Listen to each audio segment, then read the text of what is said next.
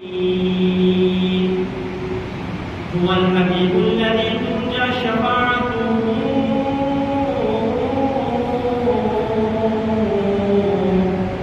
لكل حول من الأعضاء المنتقمين. اللهم صل على محمد وعلى آل محمد كما صليت على إبراهيم وعلى آل إبراهيم إنك حميد مجيد.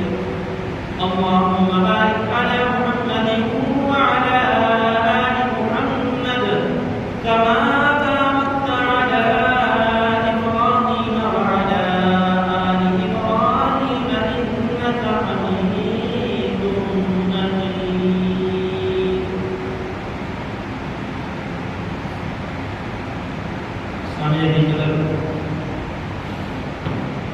سامعین وقار بزرگوں عزیز ساتھیوں،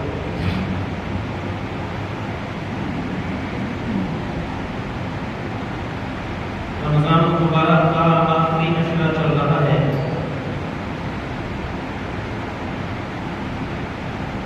اور اس عشرے کی خاص عبادت اعتکاف ہے، اور پھر اعتکاف میں لیلۃ القدر کی جستجو ہے۔ انشاءاللہ اس جمعہ کے اس مختصر وقت میں اعتکاف کی فضیلت اور لیلۃ القدر کی فضیلت کے متعلق گفتگو کروں گا۔ دعا فرماؤ حق جل شانہ مجھے شرح صدر کے ساتھ عرض کرنے کی، آپ کو صحیح توجہ کے ساتھ سننے کی، پھر اس کے بعد مجھے اور آپ کو اس پر صحیح یقین کے ساتھ عمل کرنے کی توفیق نصیب فرمائے۔ سامعین قدر، رمضان المبارک کے اندر جو بڑی بڑی عبادتیں ہیں وہ 4 ہیں، اور ان 4 عبادتوں پر اللہ رب العزت کی طرف سے مغفرت کا اعلان ہے۔ رمضان المبارک کی دن کی عبادت روزے ہیں۔ میرے نبی نے فرمایا من صام رمضان ایمانا واحتسابا غفر له ما تقدم من ذنبه، جس نے رمضان المبارک کے روزے ایمان کی حالت میں صرف اور صرف ثواب کی نیت سے رکھے، اللہ رب العزت کی ذات اس کے سارے گناہوں کو معاف فرما دیتے ہیں۔ اور رمضان المبارک کی رات کی عبادت تراویح ہے۔ اس کے متعلق میرے نبی نے فرمایا من قام رمضان ایمانا واحتسابا غفر له ما تقدم من ذنبه، جس نے رمضان المبارک میں تراویح پڑھی ایمان کی حالت میں صرف اور صرف ثواب کی نیت سے، اللہ رب العزت کی ذات اس کے سارے گناہوں کو معاف فرما دیتے ہیں۔ اور تیسری عبادت اعتکاف ہے۔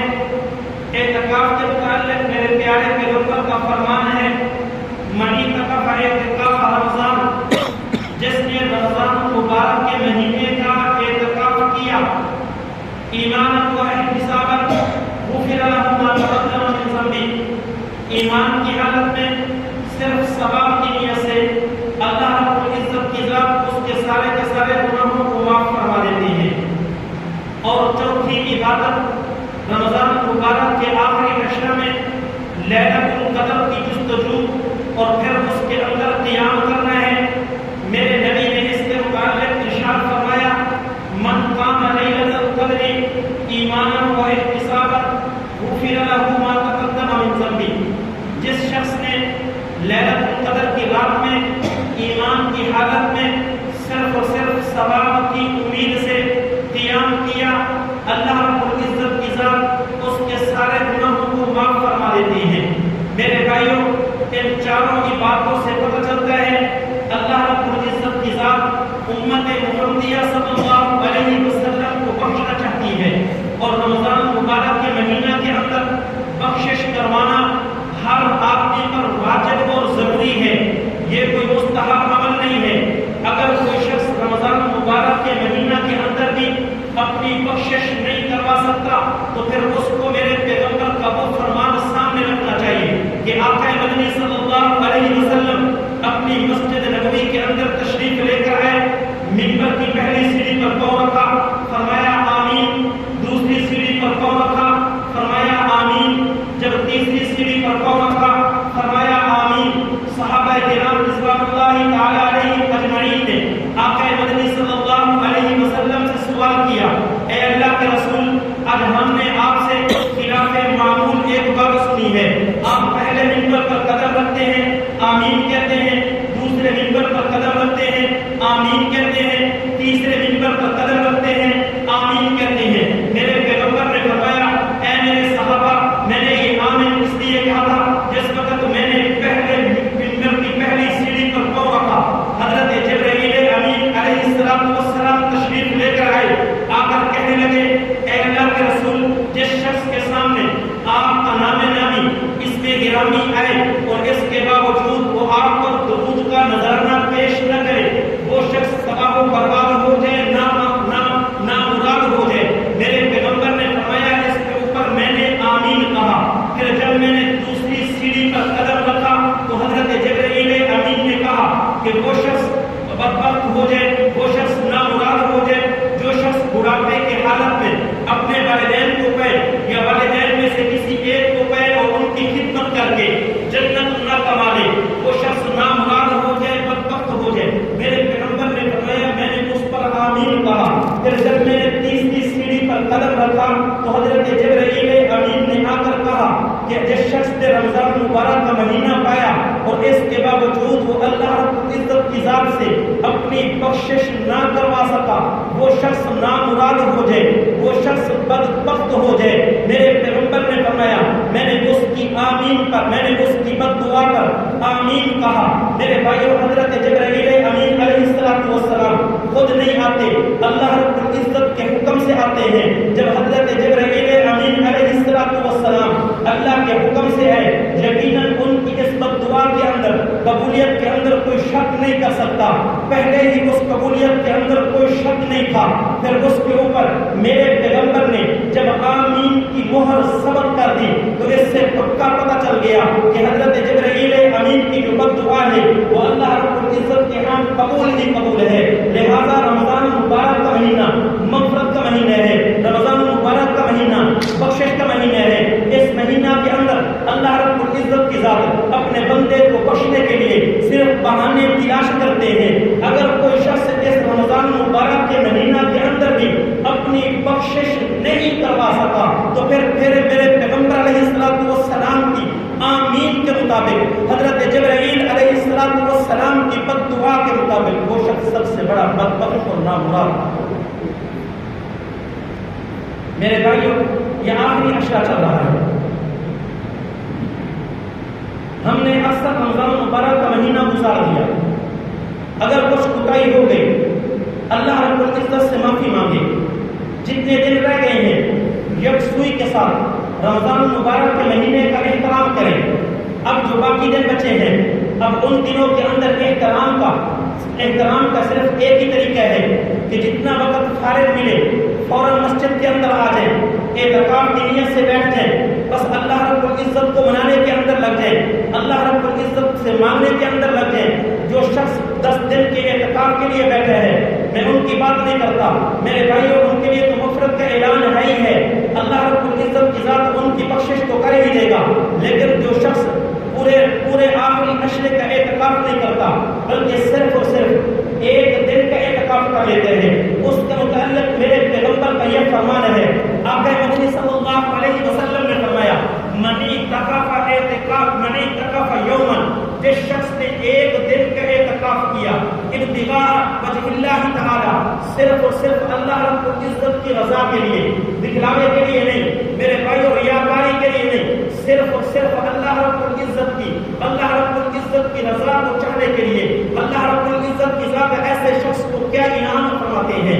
میرے نبی نے فرمایا باعد اللہ بینہ و بین النار، اللہ رب العزت کی ذات اس اعتکاف کرنے والے کے درمیان اور جہنم کے درمیان ثلاثۃ اخناق، 3 خندقیں حائل کر دیتے ہیں. آگے میرے پیغمبر نے فرمایا کل خندق بین الخافتین، ہر خندق کے درمیان جو فاصلہ ہوگا وہ اتنا فاصلہ ہوگا جیسا کہ یہ آسمان اور زمین کے درمیان فاصلہ ہے. میرے بھائیوں، اتنی زیادہ دوری ہو جانا، درمیان میں خندقوں کا حائل ہو جانا، یہ اس طرف کنایا اور اشارہ ہے اللہ رب العزت کی ذات اس شخص کو جہنم سے چھٹکارا عطا فرما دیتے ہیں. واضح بات ہے جس شخص کو جہنم سے چھٹکارا مل گیا اللہ رب العزت کی ذات اس کو جنت عطا فرما. ایک دن کا وقت کس ہے آپ کو زیادہ لگ رہا ہے. اگر ایک دن کا وقت نہیں ہے تو میرے پیغمبر نے فرمایا منی اعتکاف، وہ شخص جس نے اعتکاف کیا وہ مناقتی، ایک اونٹنی کے دودھ نکالنے کے وقت کے برابر. ایک اونٹنی کا دودھ نکالنے میں کتنا وقت لگتے ہیں؟ 10 یا 15 منٹ لگتے ہوں گے. میرے پیغمبر نے فرمایا جس شخص نے اونٹنی کے دودھ نکالنے کے وقت رمضان مبارک میں مسجد میں اعتکاف کر لیا، اللہ رب العزت کی ذات ایسے شخص کو انعام عطا فرماتے ہیں. فرمایا آدم کا نسمہ، اللہ رب العزت کی ذات اس کو اتنا ثواب عطا فرماتے ہیں جیسا کہ ایک شخص ایک غلام کو آزاد کرے اس کو ثواب ملتا ہے. عام غلام بھی نہیں بلکہ میرے پیغمبر نے فرمایا من ولد بنی اسماعیل کی اولاد میں سے جو غلام ہو بندہ اس شخص کو آزاد کرے جتنا ثواب اس کو ملتا ہے اس شخص کو بھی اللہ رب العزت کی ذات اتنا ثواب عطا فرماتا ہے. اس لیے میرے بھائیو چند دن باقی رہ گئے ہیں. جتنا جو لوگ جو حضرات مسجد کے اندر اعتکاف کے لیے بیٹھے ہیں وہ عبادت کے ذریعے اس کو اور قیمتی بنانے کی کوشش کریں، اور جو اعتکاف کے لیے نہیں بیٹھ سکے ان کی مصروفیات ہیں.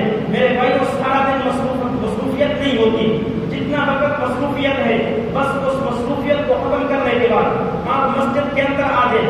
جو ہی مسجد کے اندر قدم رکھیں مسجد کے اندر داخل ہونے کی دعا پڑھیں، ساتھ ہی آپ اعتکاف کی نیت کر لیں. انشاءاللہ اللہ رب العزت کی ذات یہ والا احساس آپ کو بھی عطا ہوگا. اور ایک اور حدیث کے اندر آتا ہے میرے پیارے نے فرمایا المعتکف ہوا یعتکف الذنوب، کہ جو معتکف ہے جب یہ مسجد کے اندر آ کر بیٹھ جاتا ہے اللہ رب العزت کی ذات اس اعتکاف کی برکت سے اس کو یہ کرتے ہیں کہ یعتکف الذنوب، کہ یہ شخص جو گناہ ہو رہے ہوتے ہیں ان گناہوں سے بچ جاتا ہے. بہر اگر یہ شخص گانے سنتا ہے مسجد کے اندر آ گیا اس گناہ سے بچ گیا. بہر اگر بدنظری کرتے ہیں جب مسجد کے اندر آ کر اعتکاف کے لیے بیٹھ گیا میرے بھائیوں اس گناہ سے بچ گیا. بہر جو ہے وہ غیبت کرتے ہیں، کسی کو دھوکہ دیتے ہیں، کسی کے ساتھ فریب کرتے ہیں، کسی کے ساتھ جھوٹ بولتے ہیں. لیکن جب مسجد کے اندر اعتکاف کی نیت سے بیٹھ گیا میرے نبی نے فرمایا اس کے یہ سارے کے سارے جو گناہ ہیں یہ گناہ تو چھوٹ گئے، ان گناہوں سے تو یہ رک گیا. باقی اللہ رب العزت کی ذات اس شخص کو عطا کیا فرمائیں گے؟ میرے پیغمبر نے فرمایا یجزا لہ الحسنات کلھا، اللہ رب العزت کی ذات اس شخص کے لیے ان ساری کی ساری نیکیوں کا ثواب لکھتے رہتے ہیں، ثواب عطا فرماتے رہتے ہیں. کعامل الحسنات کلھا، جیسا کہ ایک شخص نیکیوں کو کرنے والا ہوتا ہے اس کو ثواب ملتے ہیں. اب محدثین نے اس کے دو مطلب لکھے ہیں.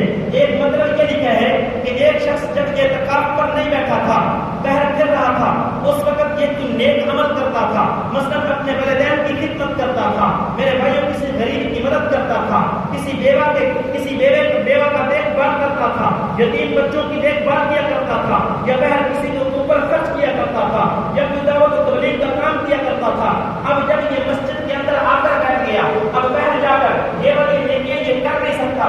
میرے پیغمبر نے فرمایا اللہ رب العزت کی ذات اس شخص کو ان ساری نیکیوں کا ثواب عطا فرماتے رہتے ہیں جو نیکیاں اعتکاف کرنے سے پہلے یہ مسجد کے باہر کیا کرتا تھا. میرے بھائی بہت سے محدثین نے اس حدیث کا یہ مطلب لیا ہے، لیکن بعض محدثین نے اس حدیث کا جو مطلب بیان کیا خدا کی قسم جب بندہ وہ مطلب سنتا ہے یا جب اس مطلب کو سمجھتا ہے تو دل باغ ہو جاتے ہیں. بعض محدثین نے فرمایا نہیں اس حدیث کا یہ مطلب نہیں ہے بلکہ اس حدیث کا مطلب یہ ہے کہ ایک شخص اپنے گھر سے اٹھا، اعتکاف کی نیت سے مسجد کے اندر آ کر بیٹھ گیا.